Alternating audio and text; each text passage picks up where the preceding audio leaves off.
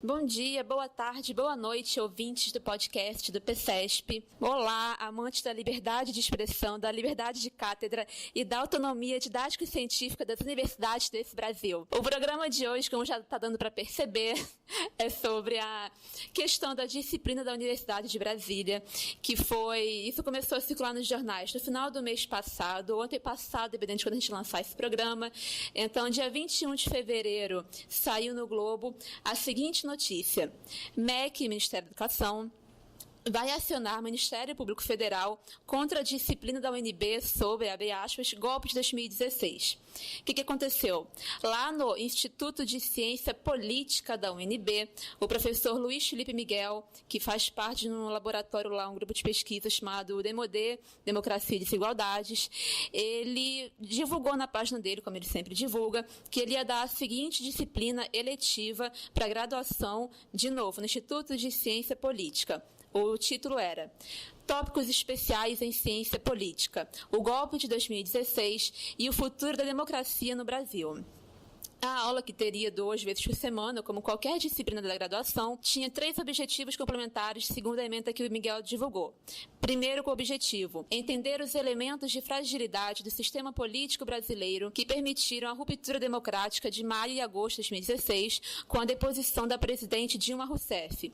Segundo objetivo: analisar o governo presidido por Temer e investigar o que sua agenda de retrocesso nos direitos e restrição às liberdades diz sobre a relação entre as desigualdades sociais e o sistema político no Brasil. Terceiro objetivo: perscrutar os desdobramentos da crise em curso e as possibilidades de reforço da resistência popular e de restabelecimento do Estado de Direito e da democracia política no Brasil.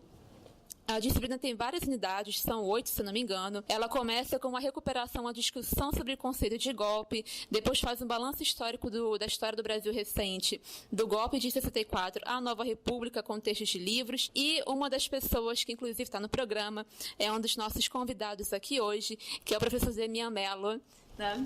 Opa! E aí, pessoal? A gente está aqui também com o professor Fernando Pena, nosso colega do PCESP, do Movimento Educação Democrática. Olá, tudo bom? Com a professora Fernanda Moura, estreando aqui finalmente. Olá, Fernanda. Oi, boa noite. Aqui com o nosso Diogo, nosso youtuber, o vlog da nossa página querida. Nesse programa vai ter denúncia. Como sempre, a gente lembrando que, assim, quem não assiste Choque de Cultura perde um certo número de referências. E aqui com o Werther Ramalho, nosso advogado querido, que vai ajudar a gente com algumas coisas. Olá, uma boa noite a todos e fico muito feliz pela oportunidade de aprender com vocês. Não estamos acostumados a sermos tratados tão sérios.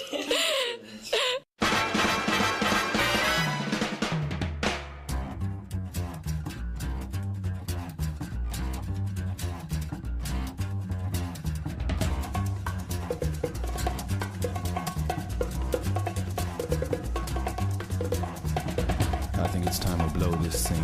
Get everybody in the stuff together. Okay, 3, 2, 1, let's jam. Então, gente, nesse programa, a gente vai aqui fazer meio que um histórico de como cresceu essa coisa toda, e daí comentar isso, quais são as questões em jogo, por que a escola sem partido sambou em cima disso, quais que são as questões extremamente problemáticas na fala do Mendonça Filho.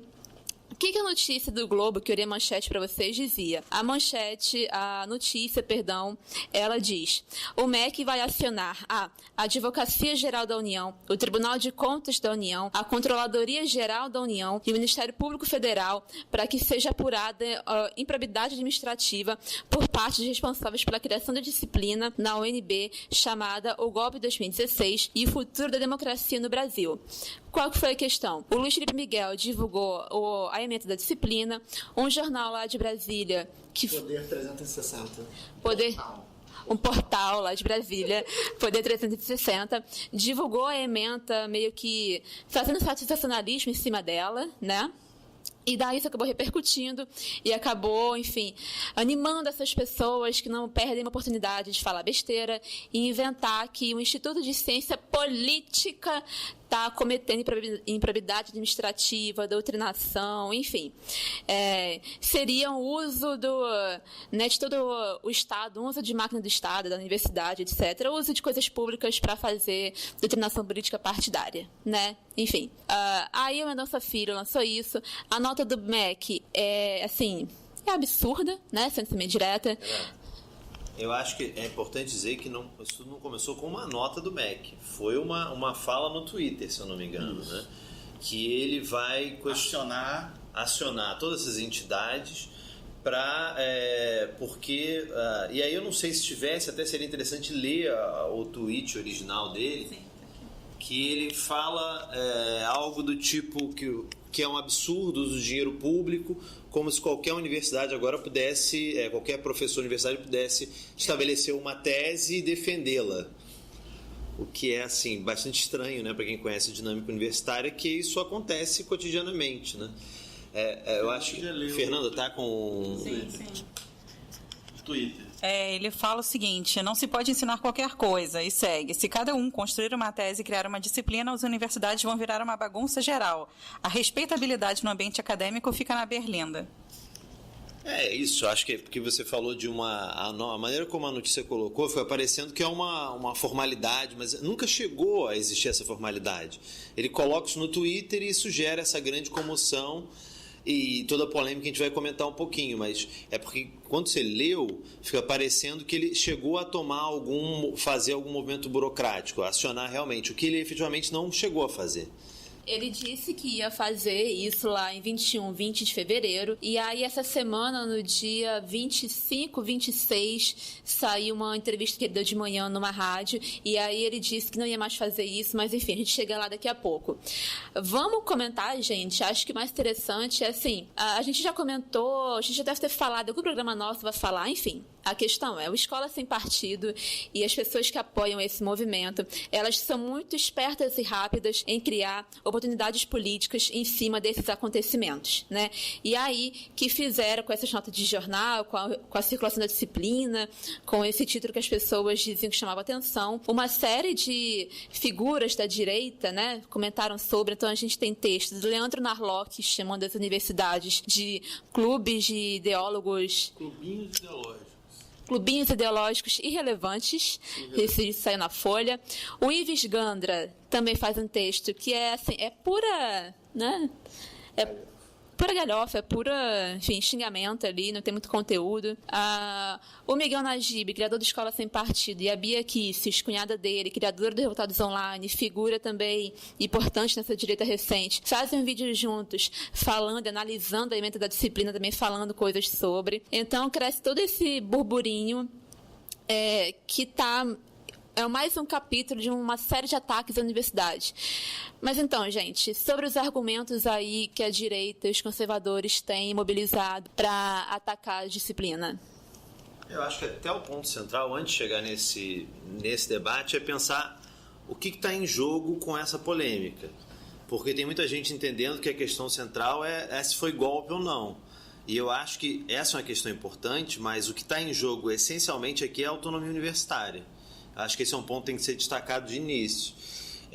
Eu tenho dito isso, depois a gente pode ouvir o Demian, que quando um professor prepara uma ementa de uma disciplina, ele não chega em casa, escreve algo da cabeça dele e ele fala, olha, está aqui, vai ser apresentado no horário X ou Y, coloca na grade. Não, isso passa por uma reunião colegiada, pelo departamento, no caso aí, qual era o nome do... Instituto de Ciência Política. Instituto de Ciência Política. Então, isso passa por quem está ali são professores especialistas em ciência política. E eles, numa reunião colegiada, definiram que aquela era uma ementa que tinha fundamentação para ser apresentada como uma disciplina eletiva na graduação. Então, quando você tem um ataque, se um grupo de especialistas identificou que aquela é uma disciplina que tinha fundamentação, quem e aí vem a autonomia universitária. Quem é o ministro num tweet para questionar, dizer que a universidade não tem autonomia para elaborar uma tese e defendê-la? E aí é o ponto. Eu acho que a questão é sobre o golpe, se foi ou não, mas eu acho que a questão central é sobre a autonomia universitária, porque aí é uma tentativa até meio uma coisa meio Trump, né, via tweet, de censurar a autonomia universitária, um programa que foi elaborado com a aprovação de um colegiado de especialistas no tema. Eu acho que esse é um ponto que a gente precisa destacar um pouquinho, né? Bom, eu penso o seguinte, que é claro que essa ação do MEC, né, essa reação do MEC, ela traz no seu bojo o discurso do Escola Sem Partido, acho que o Fernando concorda, e todos aqui concordam, né? Então traz esse discurso, que é um discurso obscurantista, né? Ou seja, um discurso que não por acaso é contra a universidade, porque é contra...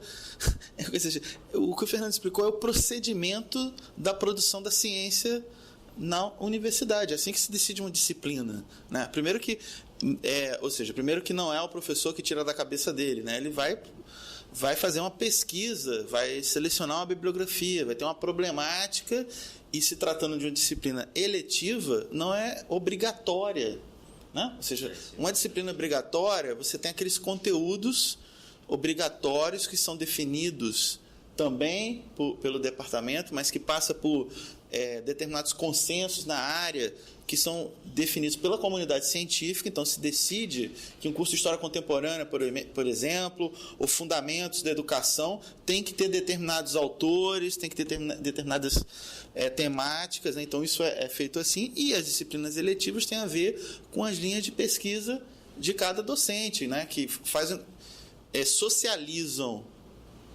a sua própria pesquisa nesse processo, e o que também é a produção de conhecimento, né?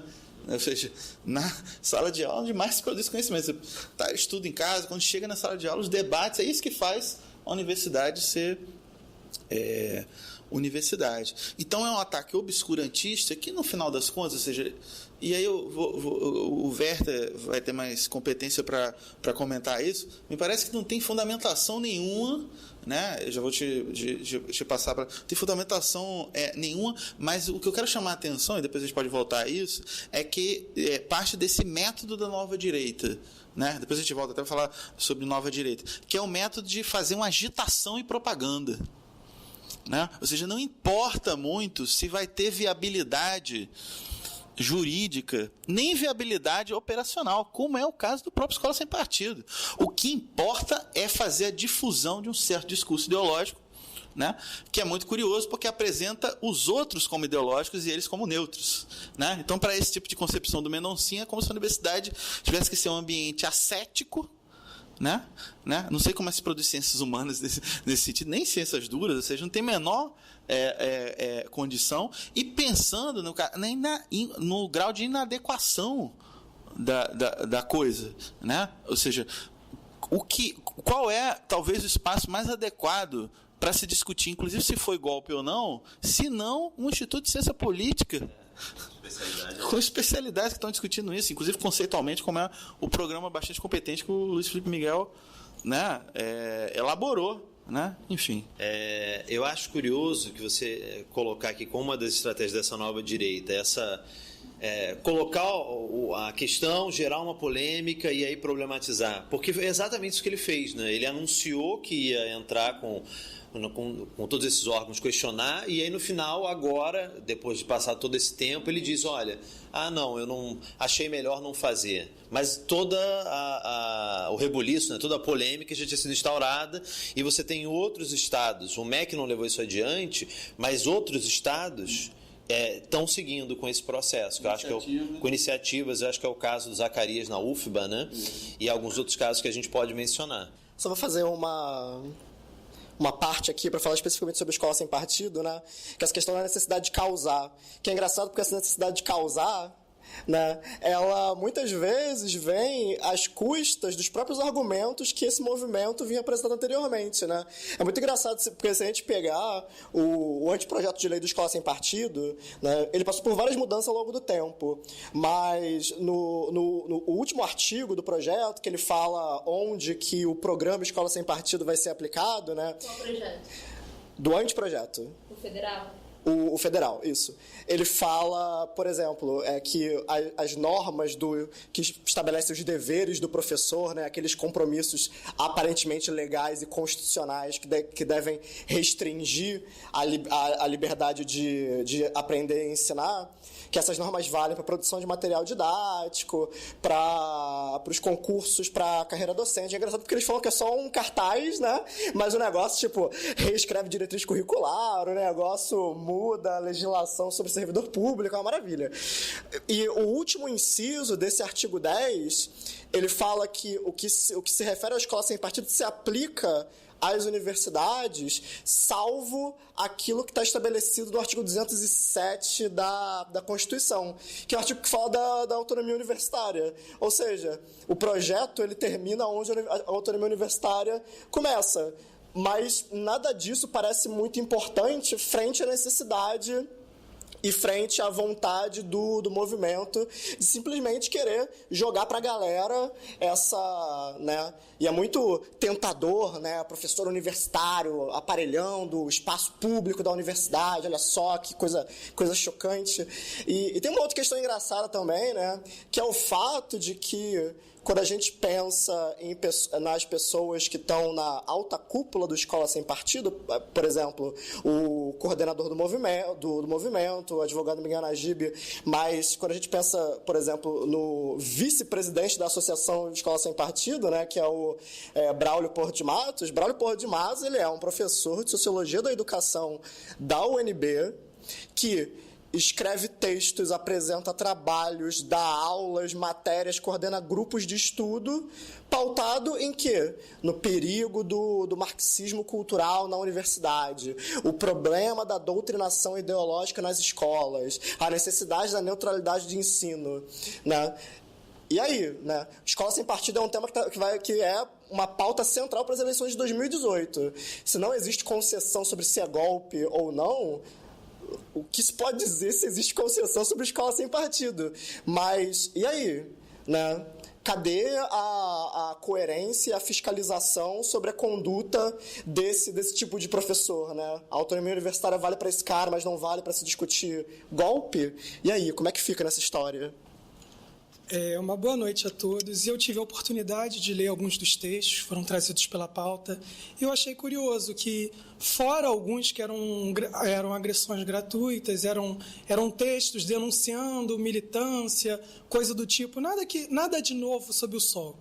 Mas alguns dos argumentos eu achei interessante, porque ele traduz alguns problemas que nós encontramos no direito. Não verdadeiramente problemas, mas algumas características do direito que diz sobre a forma como nós legislamos e como nós enfrentamos questões de ordem prática.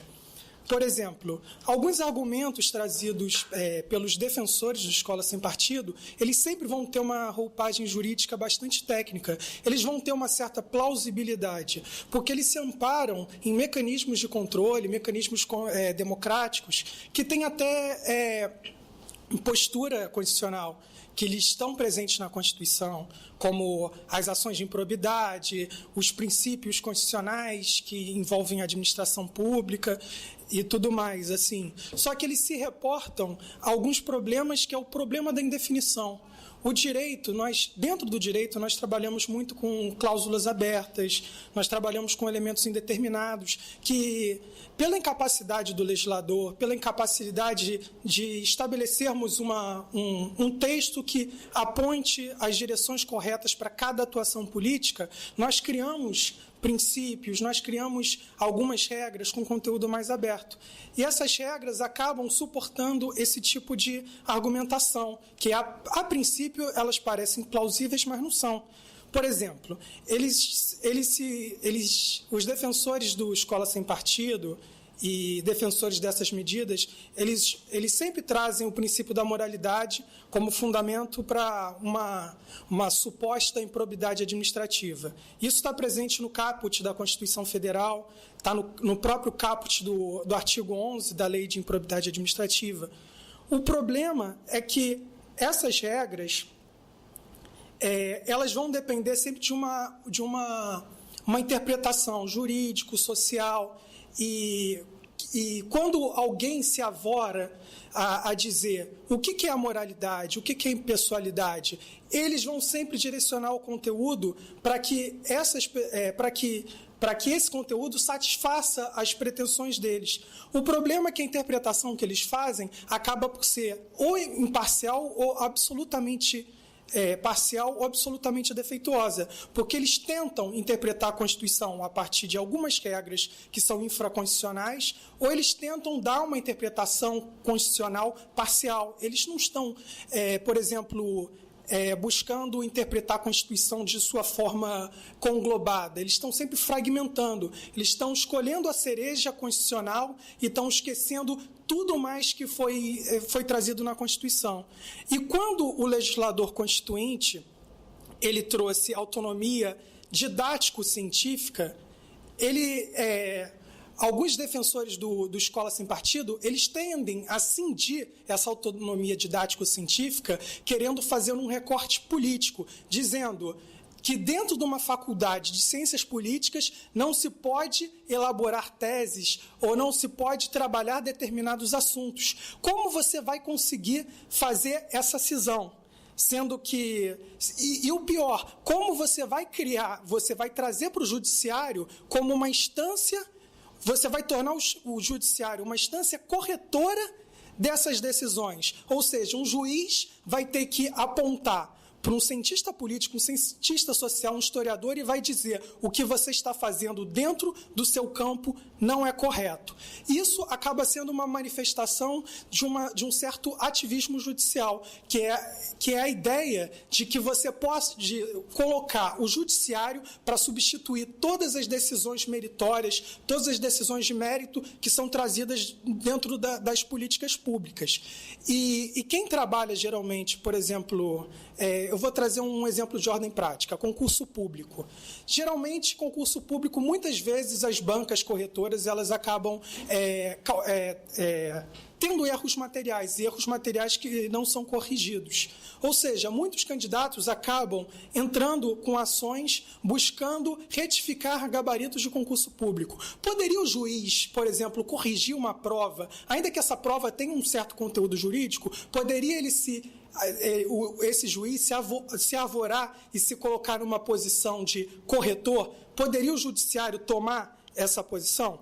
Nossos tribunais sempre entenderam que não. Nossos tribunais sempre entenderam que não cabe o judiciário fazer esse tipo de instância. Porque, em último caso, agora trazendo para a nossa discussão, seria o mesmo que um juiz apontar para um cientista político e dizer o que é correto dentro do campo dele, sendo que a Constituição, da forma como ela deve ser interpretada, de uma forma conglobada, levando em consideração todas as suas dimensões, ela tem que dar um sentido maior para a autonomia didático-científica das universidades. Porque a autonomia didático-científica das universidades, ela não é um princípio, ela não está dentro do jogo da ponderação.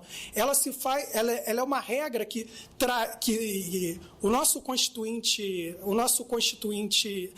Constituinte estabeleceu que essa regra ela já reflete uma ponderação. Ou seja, não cabe a nós trazermos uma nova interpretação sobre aquilo que os especialistas vão dizer sobre.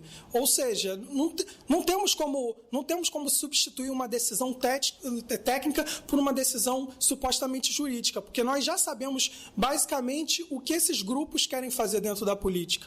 Muito bacana, até porque dá para casar um pouco a fala do Werther com a do Demian, né? O próprio exemplo do Escola Sem Partido. A grande questão ali e a gente tem que voltar para a disciplina, mas só para fazer essa ligação. A grande discussão ali é que a escola não é um espaço educacional, tentar retirar da escola a sua dimensão educacional. E, para isso, eles se agarram onde eles encontraram, que foi a Convenção Americana sobre Direitos Humanos, artigo 12, inciso 4. E ali eles se agarram naquilo, eles fazem essa seletividade a qual você se referiu e esquecem que na própria Constituição está lá dito que a educação, o direito de todos, o dever do Estado e da família. Então, tem algo muito óbvio, mas eles vão e cortam, tiram. E nesse jogo, eu acho que aí entra essa seletividade como uma maneira de gerar uma polêmica, né? Porque até lá, esse discurso conservador, ele já ganhou força, uma repercussão. E mais do que isso, por exemplo, eu vejo muitos casos de professores que estão se autocensurando por medo. Então, independente ou não da aprovação da lei, independente ou não da censura, no caso específico da UNB, o discurso reacionário já criou um clima no qual muitos vão deixar de falar sobre essas temáticas por medo de repercussão, medo de violência. Eu acho que esse é um ponto no qual as falas dialogam, né? Aproveitando a questão, tem duas falas muito interessantes. Depois no programa, vocês olhem aqui embaixo no SoundCloud, no site Sobre História. Nós vamos divulgar todos os links dos entrevistas, textos da direita que a gente está usando para comentar os argumentos e tal. Vocês vão poder ler todos os materiais vocês mesmos.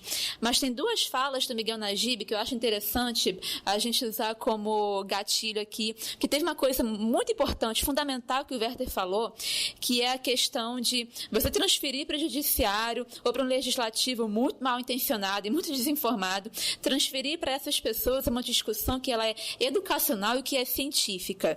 Por exemplo, o Miguel Najib, numa entrevista que ele deu, acho que uma semana depois que começou essa polêmica toda, vai estar aqui embaixo o link, a entrevistadora pergunta para ele sobre o assunto, e aí ele vai e fala, ela fala, mas o que você acha dessa coisa da disciplina? E vai lá o Najib, ser Miguel Najib, e falar que uma coisa é que a universidade tem autonomia didático-científica, só que isso é diferente de autonomia político-partidária.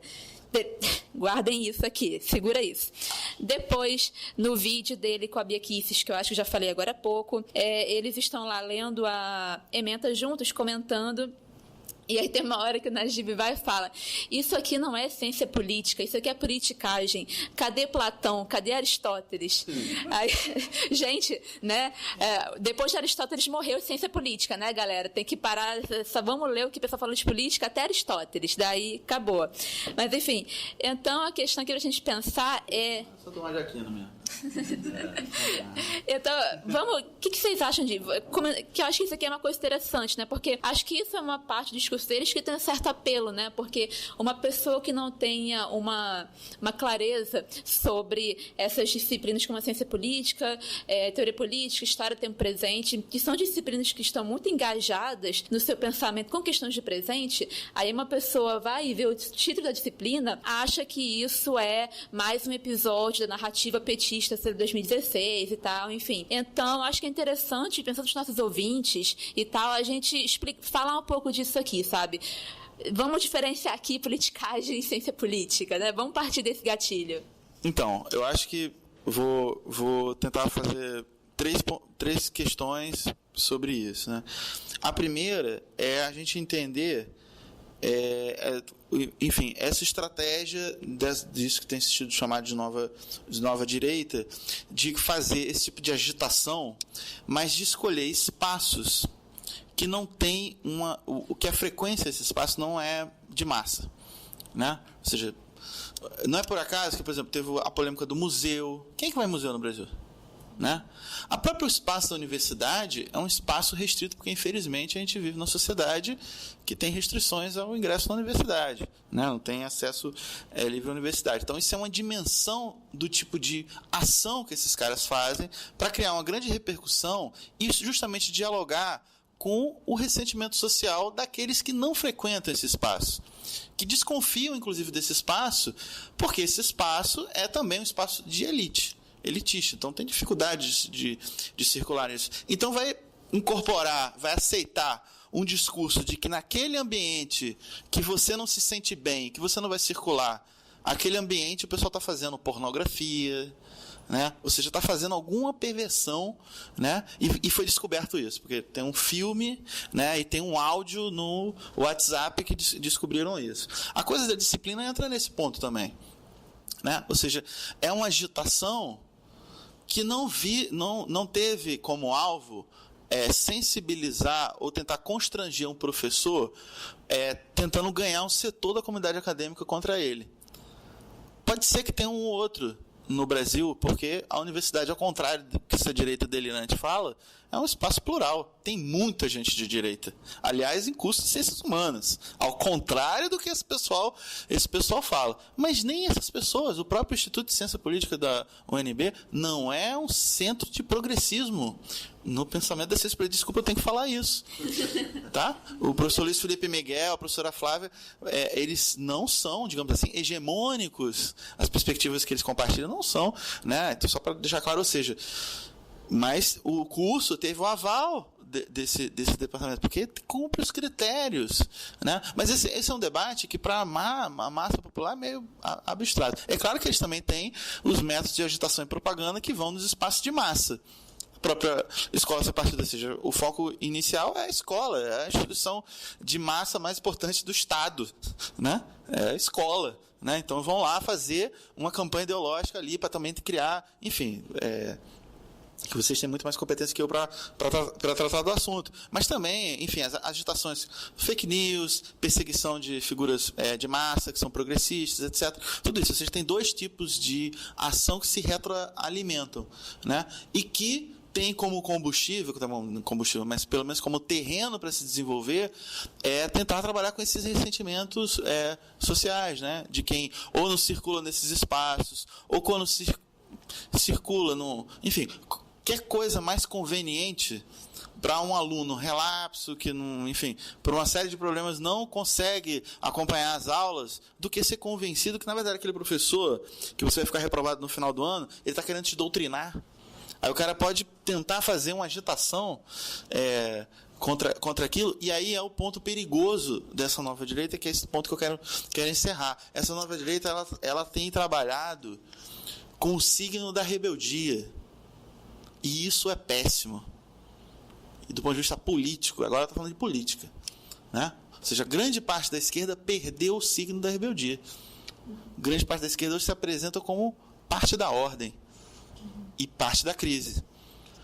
Então esses caras fazem essa agitação, se apresentam como os rebeldes, mas é uma rebelião conservadora, tal como o fascismo. E esse tipo de movimento aponta para um regime autoritário, porque para ter praticidade, ele vai ter que ter um troço de exceção, né? Para funcionar. E no caso da escola, a partir de uma certa histeria social de aluno denunciando o professor. Gente, isso não traz boas lembranças para a gente que é historiador, né, Fernando? Mas eu acredito que é importante a gente situar esse tipo de situação, a situação da disciplina Luiz Felipe Miguel e toda a repercussão, toda a resistência, também no bojo de uma série de ataques que tem sido feito em relação à universidade pública, principalmente após o golpe de 2016. Aí, de repente, a Fernanda podia entrar agora para falar um pouco desse panorama que é muito preocupante aí que a gente tem enfrentado. A gente separou alguns casos que a gente conseguiu lembrar, com certeza tem muitos mais, né? Mas que a gente conseguiu lembrar, assim, primeiramente foi uma série de operações que a Polícia Federal andou fazendo em universidades, né? Todas mais ou menos ao mesmo tempo, e todas com uns nomes histriônicos, assim, né? Aqueles nomes típicos da Polícia Federal. E, inclusive, a mais famosa delas, as duas mais famosas, né? Uma foi a que, infelizmente, levou o reitor chanceler ao suicídio, né? E a outra foi a da UFMG, né, que levou o nome de Esperança Equilibrista, né, e o próprio João Bosco repudiou o nome da operação dada, né, porque ele falou que era uma apropriação indevida, né, Acho que nesse caso os reitores foram conduzidos coercitivamente, né, reitores e ex-reitores. Ex-reitores, inclusive. Até gerou uma foto, né, eles saindo de terra, assim, você vê que eles estão até meio com medo, e um grupo de não sei, policiais, mas com roupas camufladas e metralhadoras para levar... Espetáculo, né? Acho que essa dimensão que o Damian está falando do espetáculo, aquela foto, ela fala muita coisa, né? Você ter reitores e vice-reitores e ex-reitores sendo conduzidos coercitivamente com homens camuflados, usando armas de fogo pesadas, aquilo ali traz alguma coisa, né? Fazer agitação. Sim, e aí é essa questão de manchar, né, a imagem da universidade, né, mostrar quem está produzindo conhecimento, quem está organizando, né, esses espaços, né, como criminosos, né, e a gente tem outros casos que foram bastante famosos, que já foram muito citados aqui, como o caso da perseguição à professora Marlene de Favre, né, da UDESC, por uma ex-aluna. A gente não pode falar muito sobre esse caso, porque após uma das audiências em que os alunos foram aprovar foram apoiar a professora, né? O juiz decidiu botar o caso em sigilo de justiça, né? Segundo ele, devido à comoção do caso, né? Você bota em sigilo de justiça. Ela continua falando. Ela continua falando. Pois é, né? No dia que ela saiu dessa audiência que declarou que era necessário sigilo de justiça, ela gravou um vídeo na cozinha dela, muito bela, recatada e do lar, cozinhando um belo estrogonofe, tá? E contando detalhes sobre o caso, né? Mas isso não é problema. Ela pode falar mesmo com sigilo de justiça. Só a professora acusada que não pode falar sobre isso, né? Um outro caso que não foi diretamente ligado à universidade, né? Da perseguição à universidade, mas que envolveu um professor universitário, foi o caso do Rafael Sadia, da UFG, que ele foi acompanhar como observador a retirada de estudantes secundaristas da ocupação da Secretaria Estadual de Educação, ela de Goiás, e ele foi na posição de observador, como professor universitário, usando suas premissas, né? E ele foi preso junto com os estudantes, né? Então já dá para ter uma noção do que está acontecendo. Falando em Goiás, as coisas em Goiás estão tão estranhas que, assim, o Mendonça Filho falou isso, que ele ia recorrer a tal e tal lugar, que acabou não fazendo e tal, mas em alguns lugares houve iniciativas locais de ataque, porque, enfim, quando o Luiz Felipe Miguel foi atacado, a disciplina foi atacada pelo MEC, começou a crescer, a se criar um movimento muito interessante de reação do conhecimento universitário, né, das universidades, em reação à censura do Mendonça Filho, e aí teve gente criando curso de extensão, criando disciplina na graduação, disciplina na pós, enfim, vários tipos, vários esquemas de tentar reproduzir a ementa, e inclusive pela milésima vez demonstrando a pluralidade do espaço universitário, muitas pessoas mudando a ementa, colocando textos, tirando, colocando outros e tal, enfim, mostrando como que é dinâmica essa produção do conhecimento. Então, tiveram disciplinas que mantiveram o nome para se ligarem, né, em solidariedade ao Felipe Miguel, mas já cada departamento, universidade reconstruiu, né, ementa, essa imagem e tal. E, em Goiás, a Procuradoria de Goiás, estou abrindo aqui a notícia, ela abriu um procedimento preparatório, para investigar a disciplina, que seria um curso de extensão da Federal de Goiás. E aí, gente, a fala do Ministério do MPF lá de Goiás, e esse procedimento foi aberto pelo Núcleo de Combate à Corrupção, assim, as falas desse pessoal, dessa Procuradoria da República lá, consegue ser pior do que a nota do MEC bizarra que saiu lá no início dessa história toda. Um trecho aqui que o UOL destaca.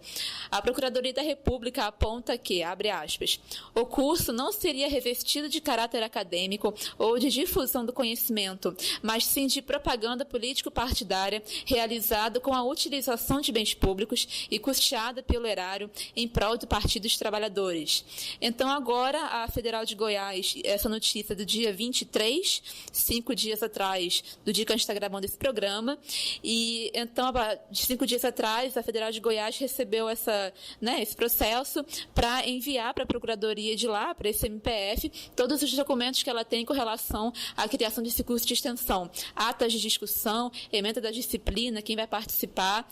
Então, enfim, é uma tentativa de censura, de intimidação muito flagrante, muito séria, porque o Estado, lembrando aquilo que o Werther falou agora há pouco, o Estado está pegando para si a prerrogativa de definir o que é conhecimento científico, definir o que é ciência política, né? Assim, é muito, né? Realmente, como o Fernando está falando, né, se encaixa nesse cenário de outras coisas que a Polícia Federal também tem feito. Nessa mesma lógica de perseguição à autonomia universitária, né, outros cursos e outros grupos não só ligados a disciplina do golpe, né, também entraram na roda, né? E aí a gente teve o caso do Grupo de Pesquisa Liga dos Comunistas, da UFOP, que foi perseguido, que foi um núcleo de estudos marxistas da UFOP, né? Foi dito que eles não poderiam se reunir, né? Porque provavelmente com o nome desse eles estão planejando a revolução, eles devem estar prontos a, né? Exatamente.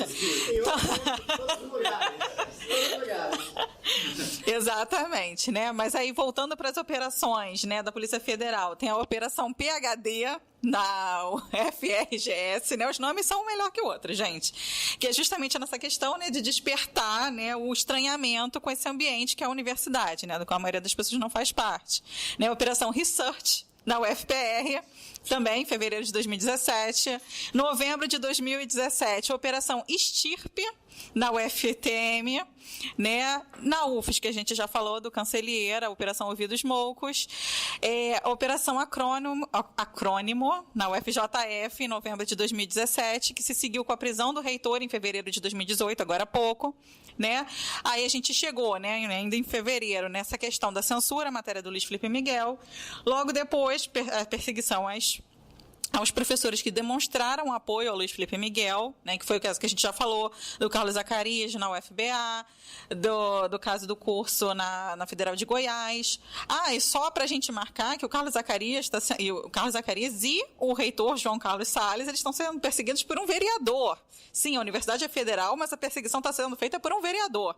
O vereador Alexandre Aleluia, filho do deputado federal José Carlos Aleluia, né? Lembrando que o Carlos Aleluia, o Alexandre Aleluia, desculpa, vereador, ele foi eleito pelo Escola Sem Partido. Não sei se vocês lembram disso, mas a gente está sempre falando sobre isso. E em 2016, o movimento Escola Sem Partido, tá? Eles não têm partido, botaram no site deles, tá, uma aba para botar os candidatos deles nas eleições. E o Carlos Aleluia estava lá como o candidato a ser votado na Bahia, tá? Alexandre Aleluia, isso, o Carlos é o pai. Tá? Então, assim, era o candidato, você abria a abinha e você tinha por estados em quem você deveria votar, né? E aí, na Bahia, estava lá o Alexandre Aleluia. Então, só para lembrar que ele é um candidato eleito pelo Escola Sem Partido. Ele assinou o termo de compromisso que defenderia o Escola Sem Partido caso eleito, né? Então, é ideológico, é evidente que é ideológico. Né? E aí, seguindo nesses ataques, a gente tem outros, né? E a gente queria mencionar como último desses ataques à universidade, nesse sentido específico da produção de conhecimento, né? Os dois últimos casos. O do professor Rômulo Matos, da História da PUC, né? Que está sendo perseguido pelo Centro Dom Bosco, né? E aí a gente vai botar aí o link do jornal que motivou o caso, tá? Um jornal extremamente conservador, católico, que foi distribuído por alguns alunos da PUC, tá? Feito por esse Centro Dom Bosco. O professor se posicionou contra e começou a ser perseguido por esse centro. Outros casos interessantes, né? O professor Elisaldo Carlini, que é o maior especialista em entorpecentes do Brasil, ele é favorável às pesquisas, né? E à liberação do uso canabiol, tudo isso.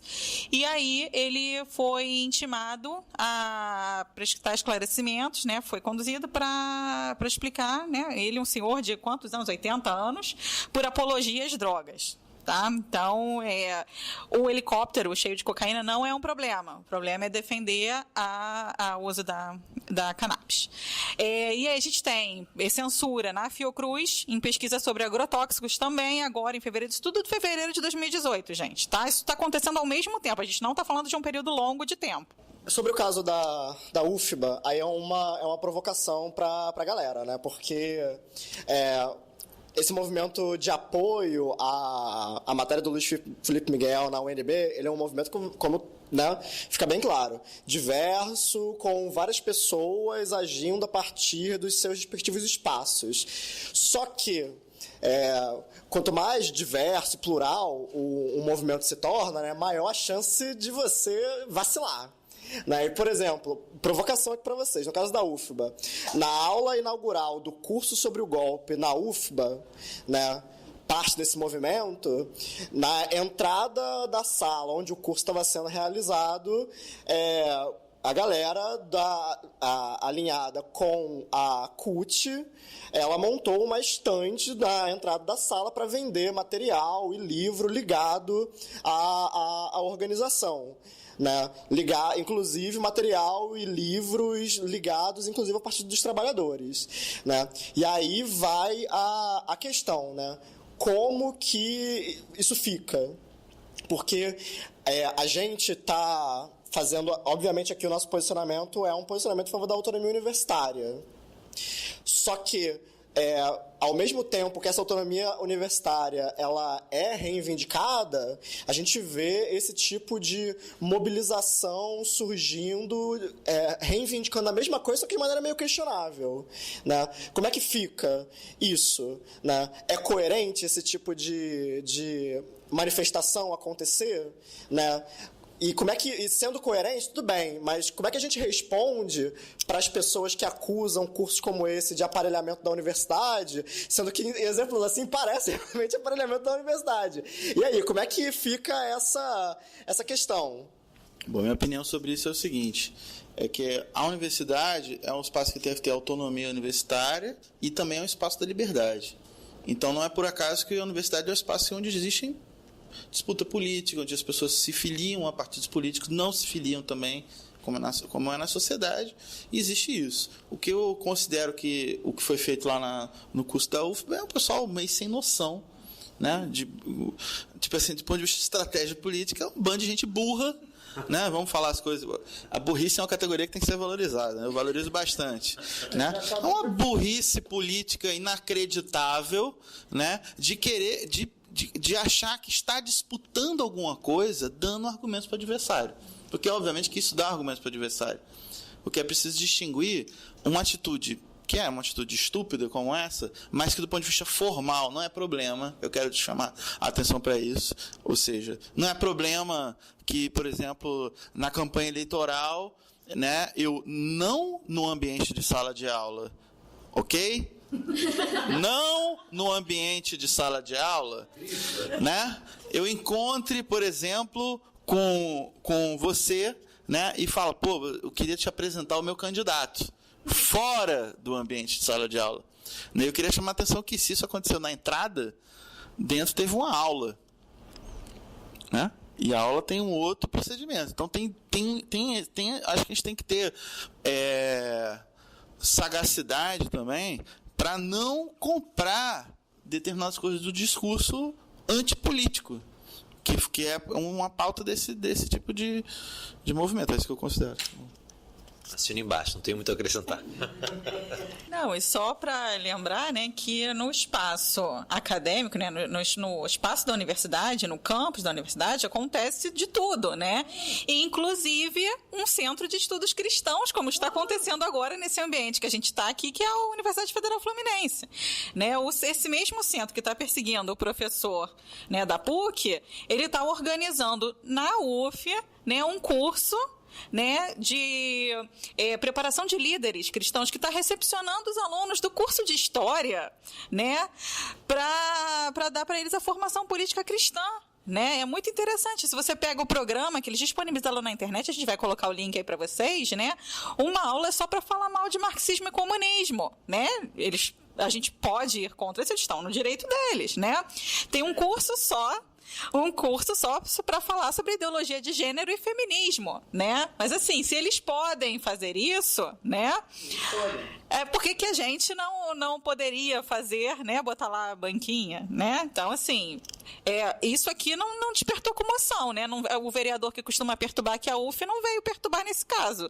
Por que não veio? Esse é um tema muito interessante, porque, enfim, li uma entrevista ontem, e aí, num certo ponto da entrevista, um cara falando de outro, dizia assim, o fulano era muito maneiro porque quando ele fazia a política dele, ele não fazia atacando o adversário, ele buscava desenvolver ideias melhores. E, assim, eu nunca tinha colocado a coisa nesses pontos. Eu acho que essa é uma coisa interessante. Então, tipo, seria interessante se Escola Sem Partido ou qualquer outro movimento, se tão preocupado com a difusão, com a suposta difusão do marxismo, disso, daquilo, aquilo outro, né? Que tivesse professores como, sei lá, o Braulio Porto, já está na UNB mesmo, né? Tem seus cursos, se eles forem aprovados pelos seus pares, se eles tiverem algum embasamento, enfim, se eles conseguirem chegar nesse ponto de ter reconhecimento pelos pares, né?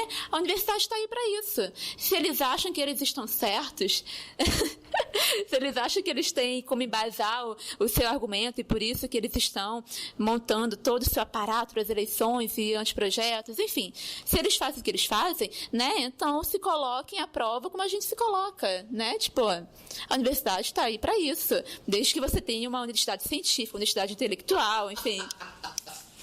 Mas isso é mais difícil de acontecer, né? Porque a última vez que o Braulio resolveu falar em nome da Faculdade de Educação, a Faculdade de Educação fez uma nota para desmentir ele e falar que era a opinião somente dele, né? Só porque como eu tenho debatido muito com esse pessoal, já tenho os contra-argumentos na cabeça, né? Alguém poderia argumentar que, na verdade, então você tem um grupo ideológico que está impedindo ele de se manifestar e apresentar. Com relação a isso, eu vou pedir para botar um link de um texto que ele escreveu, algo apresentado numa audiência pública na Câmara dos Deputados, na qual esse texto, é um texto que acho que todo mundo devia conhecer, ele vira e fala o seguinte, Demian, ele fala assim, que ele passou 30 anos para escrever uma definição de ideologia, que foi algo que ele pesquisou durante 30 anos, e ele chegou a uma definição de 3 linhas, que é assim, de uma profundidade incrível. Eu vou buscar depois essa definição, a gente coloca aí, mas era algo do tipo que a ideologia é um discurso falso que se apresenta como verdadeiro, usando o poder total do Estado para se garantir, algo assim. A Renata está procurando ali a definição.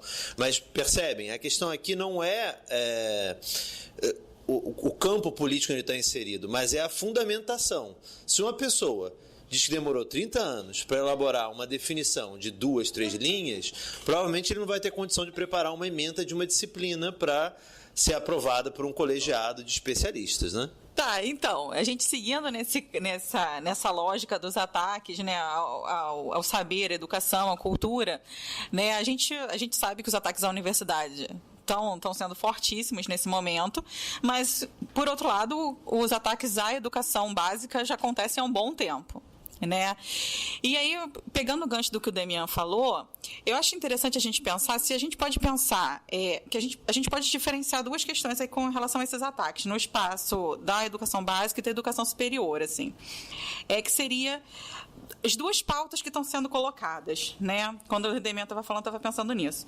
Se a pauta política é muito forte nesse espaço restrito, esse espaço da universidade, né? Talvez por conta da própria questão do ressentimento, da não pertença a esse espaço por maior parte da população, no espaço aberto, nesse espaço público, né? Público no sentido mais amplo, que é onde as pessoas de fato frequentam, né? A pauta moral vem forte. Né? E aí que é o caso das escolas de educação básica. Se a gente vê a política aparecendo nas universidades, na escola é o pânico moral.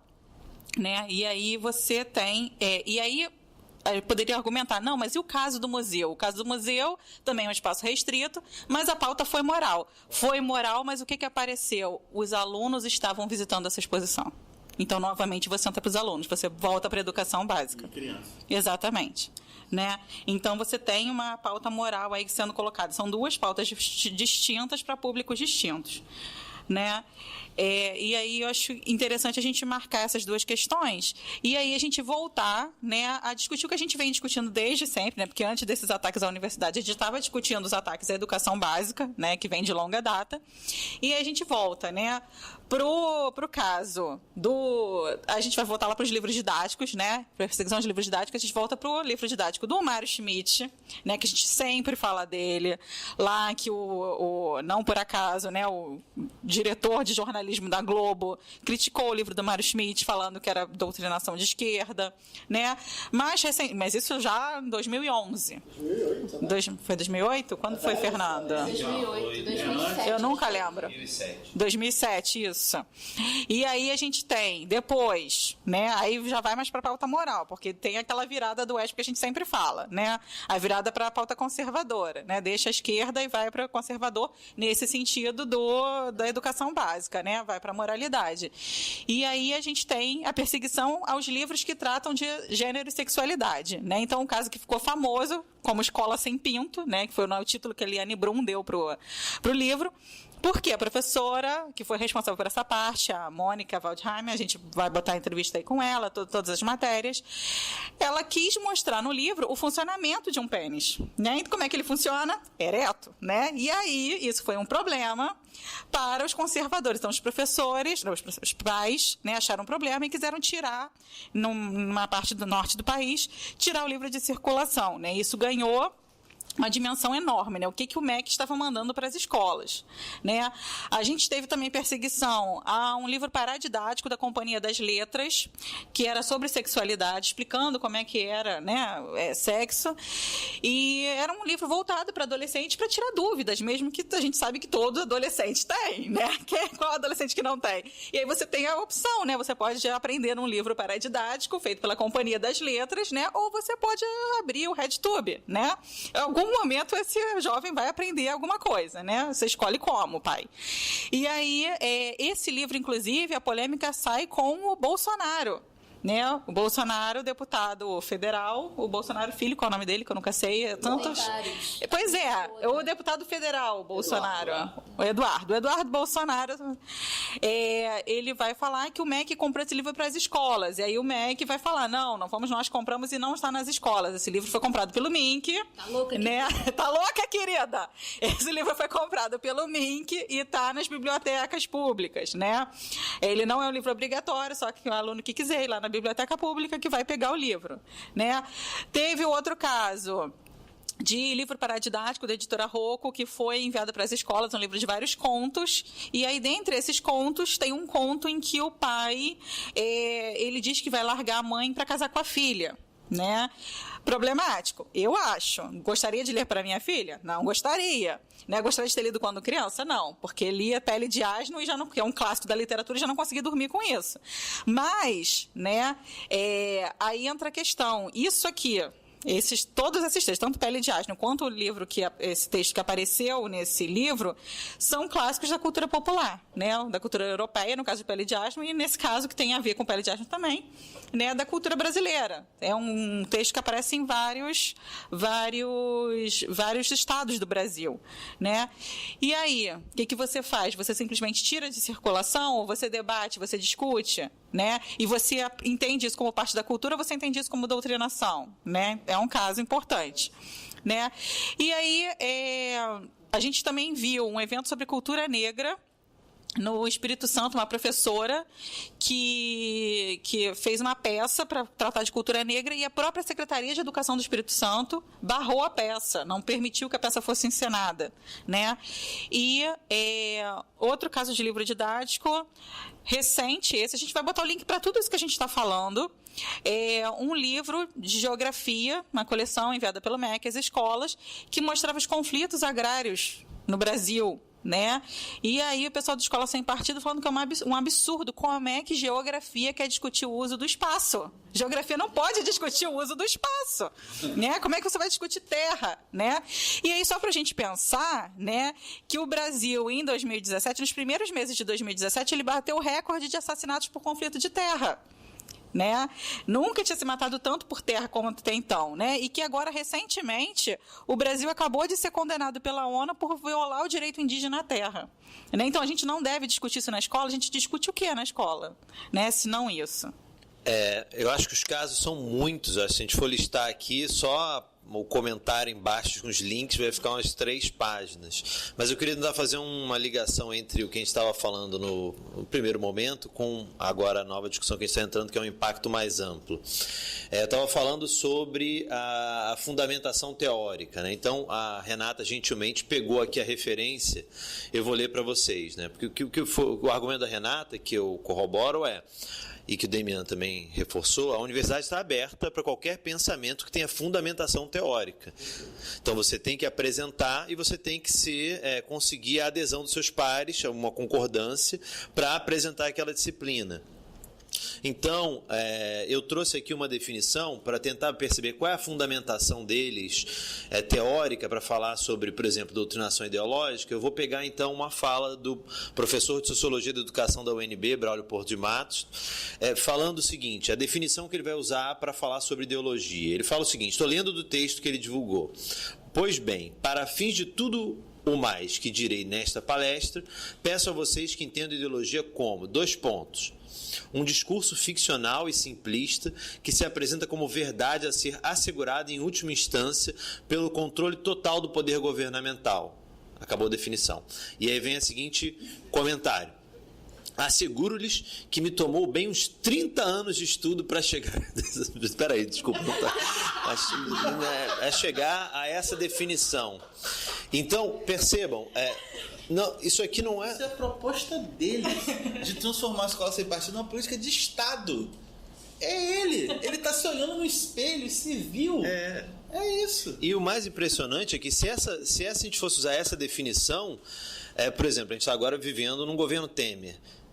O controle total do poder governamental não está na mão da esquerda. Então, o problema da doutrinação acabou, porque a ideologia só existe com o controle total do poder governamental, né? Então tem um problema aqui. Mais ou menos, né? Que aí é delírio dessa nova Sim, claro. E vou te dar um outro exemplo. O mesmo personagem, o mesmo indivíduo numa audiência pública, que eu estava presente, eu falei, ele virou e falou o seguinte, que as pessoas não deveriam tomar cuidado ao ouvir pessoas que falam sobre democracia, cidadania, diálogo, porque essas pessoas estariam fazendo uma subversão semântica das palavras. E ele fala, e aqui eu não estou nem me referindo a Gramsci, ele vai pegar o fundador da TFP como referência teórica, num livro chamado Baldeação Ideológica, Inadvertida e Diálogo, um livro publicado em 1965, como referência para dizer que nós trocaríamos o sentido das palavras, e aí nós viveríamos uma mudança do marxismo insurrecional para o marxismo cultural, né? Algo que você também termo que você deve ter escutado muito. Então, acho que como não há essa fundamentação, isso aqui não sustenta, acho que numa monografia, num artigo de trabalho de um final de primeiro semestre de uma disciplina. Partindo disso, então qual seria a finalidade desse discurso aqui? Eu acho que o Demian foi muito preciso. Esse discurso, ele usa pautas como termo ideologia de gênero, uma falácia, um termo cunhado para usar politicamente o medo. Pânico moral, usar o pânico moral. Exato, e com algo que não tem fundamentação também absolutamente nenhuma.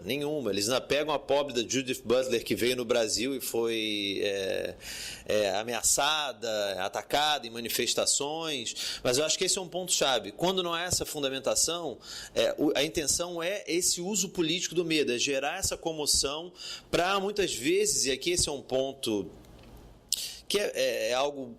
Talvez a consequência mais negativa de tudo isso, que eu vejo muitos professores se autocensurando por medo das consequências causadas por esse discurso.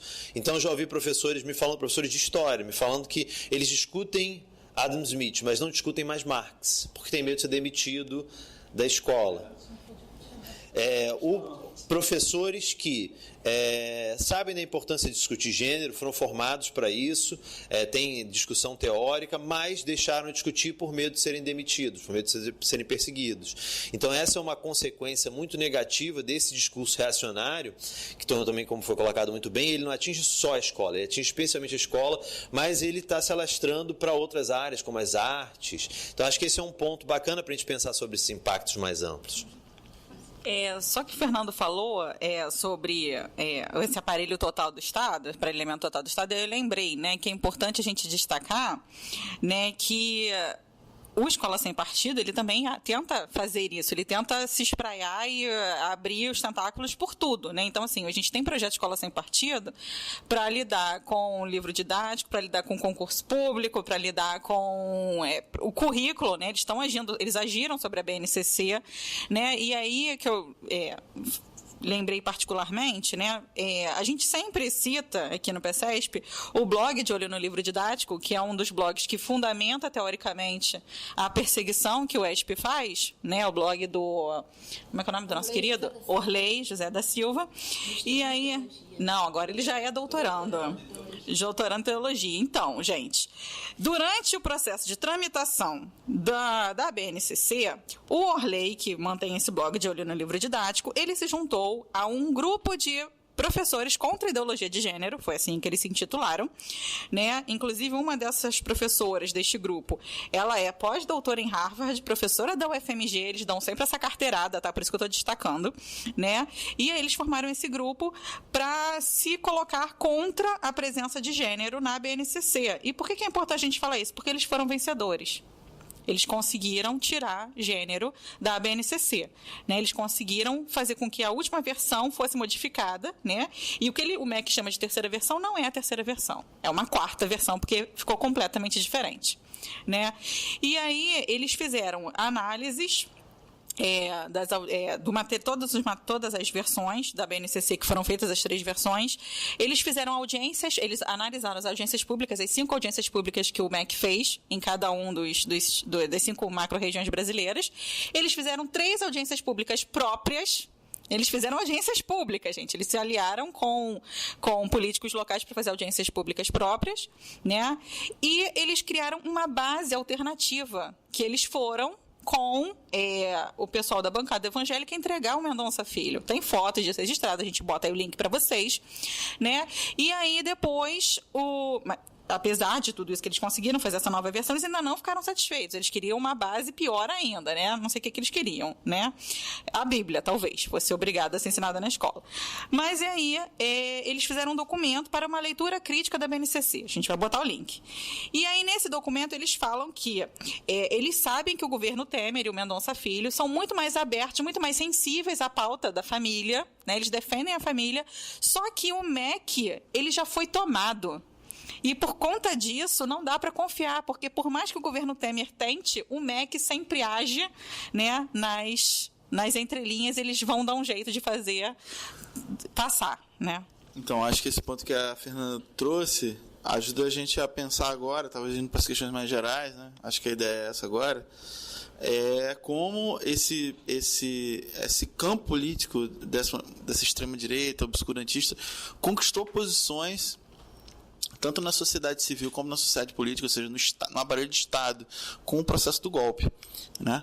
E digamos assim, que foi aquele companheiro de viagem do setor tradicional da direita brasileira que operou a derrubada do governo do PT, que foi usado por essa direita tradicional para fazer agitação, só que se autonomizou em relação a ela e consegue impor agora esse tipo de pauta, e tem sempre esse discurso que é o discurso autoimune, né? Ou seja, se esses caras ficarem no poder por 10 anos, e daqui a 10 anos eles vão falar que não foi desmontado ainda todo o problema que o PT criou no Brasil, né?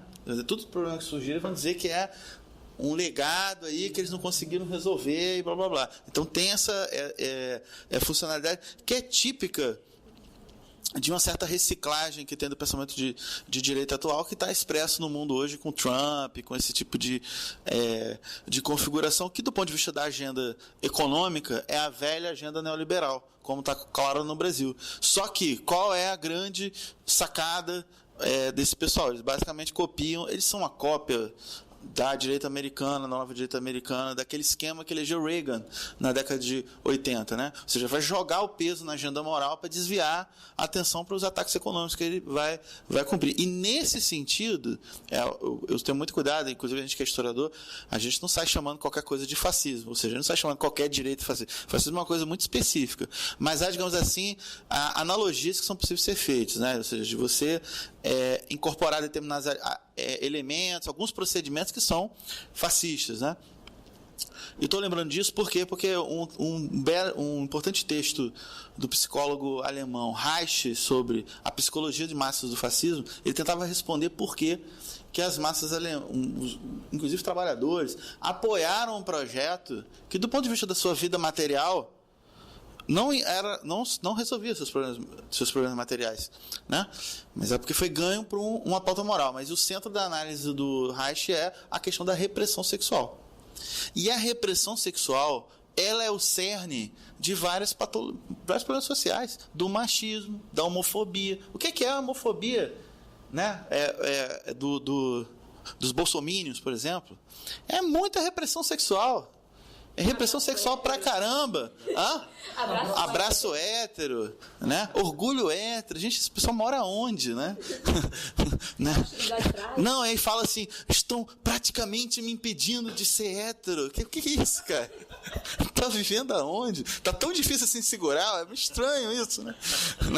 Quer dizer, ou seja, no fim das contas, isso é repressão sexual. E é por isso que essa pauta moral ela tem essa funcionalidade. O que é que tem servido? Como é que o MBL vai conseguir sensibilizar a base que ele dialoga, dizendo, ou seja, que é o momento que eles tomam mais porrada nas redes sociais, quando defenderam a reforma trabalhista, por exemplo. Aparece um monte de gente lá nos comentários das páginas deles dizendo, não, eu sempre apoiei vocês, mas pô, isso aí não dá, porque o cara sabe, porque o cara apoia o MBL, mas o cara trabalha no McDonald's, por exemplo. Ele sabe, é um trabalhador precarizado, ele sabe que vai se ferrar com esse negócio. Mas aí tem um homem pelado no museu. Né? E aí os professores de história estão ensinando as crianças a serem gays. Né? Então isso move o sujeito. Então essa estratégia ela tem esse tipo de funcionalidade e tem uma rede de enraizamento, que é o fundamentalismo religioso. Que aí eu acho importante a gente pensar, eu acho que a Fernanda pode até ter algo para dizer sobre isso, tem uma tendência muito grande de reduzir o fundamentalismo religioso aos evangélicos. Não. Isso é um reducionismo boboca.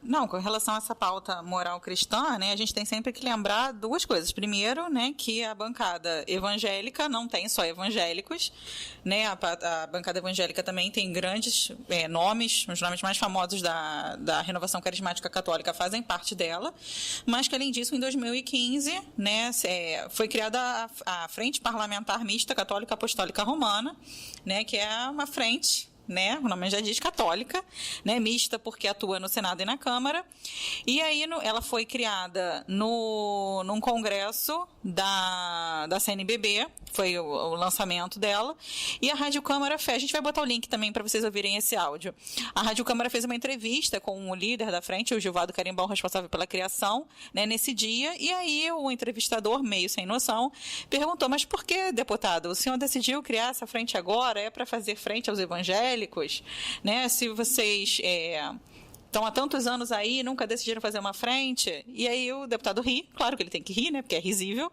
e ele fala, não, mas a frente sempre existiu, né? E de fato, né? Você estudou um pouquinho do Estado brasileiro, você sabe que a Frente Católica sempre existiu, né?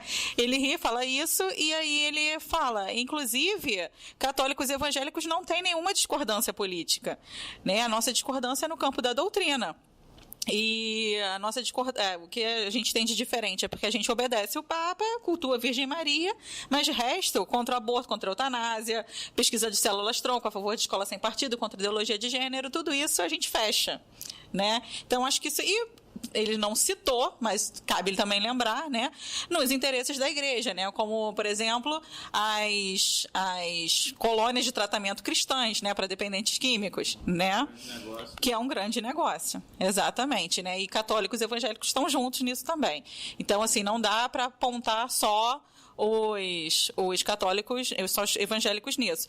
E também entram alguns setores espíritas, né, só para lembrar o grande reaça que é o Carlos Vereza, né. Então, que pelo menos mandou a gente ler Lenin, Trotsky e Gramsci. Eu acho que a única parte que aproveita de tudo que ele falou é aquela frase final. Mandou ler para criticar, né? Mas aí cada um faz a sua leitura. Então, gente, a gente está aqui fechando o programa agora. Uma última referência aqui, uma coisa meio sinal dos tempos. Enquanto a gente preparava essa pauta, foi aprovada na Câmara do Distrito Federal a reinserção no ensino de lá da disciplina de Educação Moral e Cívica, e o projeto do deputado distrital Raimundo Ribeiro, do PPS, várias partes da redação do projeto de lei, agora da lei aprovada, são iguais ao decreto-lei número 869 de 1969, um decreto-lei do período ditatorial militar. Enfim, então todos aqueles valores que o regime incentivava e tal, naquela coisa autoritária, esse cara acho que era uma boa ideia aplicar na educação do Distrito Federal, né? Enfim, deixa aí para vocês pensar sobre o assunto. Tentando fechar aqui a narrativa que a gente fez dessa repercussão da disciplina do Felipe Miguel, né? A última coisa nisso foi, a penúltima notícia, foi aquela muito preocupante da Procuradoria da República em Goiás, que abriu um procedimento inicial lá contra a Federal de Goiás. A gente está acompanhando isso, vamos divulgar nas nossas páginas conforme for divulgado mais sobre. Obviamente, estamos do lado da liberdade, da autonomia da Federal de Goiás. Do que a gente puder ajudar, se alguém daí nos ouvir, por favor, conte conosco. E a última coisa que saiu nesse tema foi o Mendonça Filho falando que preferiu não levar adiante. E aí, no programa de jornal, diz aqui o link que eu estou lendo, que o ministro afirmou que a sua reação à disciplina estava ganhando uma conotação de censura e de intervenção na universidade. Então, embora ele tenha falado isso, que soa como um tiquinho de bom senso, todo o resto que ele fala, então, 10 frases. Essa é mais ou menos, tudo o resto é discurso de escola sem partido. É ele falando que, na verdade, ele sofreu intolerância, ele passou por corredor polonês, não sei qual universidade. Eu acho isso fantástico, né, gente? A pessoa faz campanha, é eleito, aí quando é eleito, está no Estado, é frágil como uma flor, não consegue receber crítica, não. Gente... Eu queria saber onde é que foi esse corredor polonês que não me convocaram.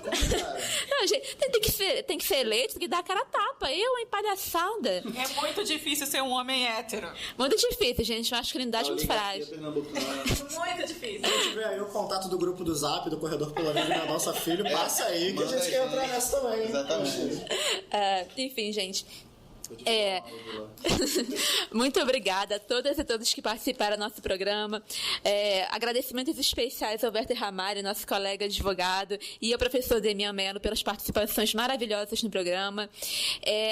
Assim, a título de um fechamento assim, temporário, mais ou menos na metade eu comentei sobre a relação, né, que o Najib fala que esse curso é politicagem, que falar de política é falar de Platão e Aristóteles e tal. E eu acho que esse programa é um exemplo em si mesmo de como a gente não pode falar de educação e de ciência política, teoria política, de história, de sociologia, de antropologia, de biologia, enfim, a gente não pode falar de educação e de conhecimento científico ignorando as coisas do presente, né?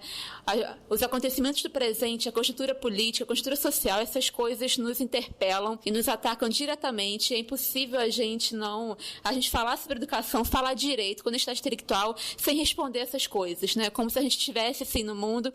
Eu estou escrevendo, pesquisando lá da Lua, estou bem longe da Terra, eu não tenho um corpo, eu não tenho uma cor, eu não tenho um gênero, enfim, o que acontece aqui não me toca. Quem faz isso, quem finge isso, enfim, está sendo desonesto, pode ter certeza, porque todos nós temos uma inserção, um corpo, uma vida, uma história, e agimos a partir disso, não é problema nenhum, é parte da condição humana, e o que a gente tem que fazer para ser honesto é admitir isso, é a partir daí, né? E é isso que a gente tenta fazer aqui no PCESP, é isso que a gente gostaria que nossos adversários fizessem, que fossem pessoas decentes, honestas, mas enfim, né? Quem sabe, não são, mas... Quem sabe um dia a gente chegar lá, né? A gente tem que ter alguma fé no futuro para fazer isso aqui, né? Enfim. Então, enfim, é isso, gente. Muito obrigada. Todos os links estarão abaixo da postagem, vai ser bastante coisa. Enfim, a gente quer que vocês comentem, discutem, mandem e-mails, mandem feedback pra gente, digam o que acharam, deem sugestões de programa. Enfim, e por enquanto é isso, gente. Até mais. Bom dia, boa tarde, boa noite, amante da autonomia didática e científica das universidades brasileiras.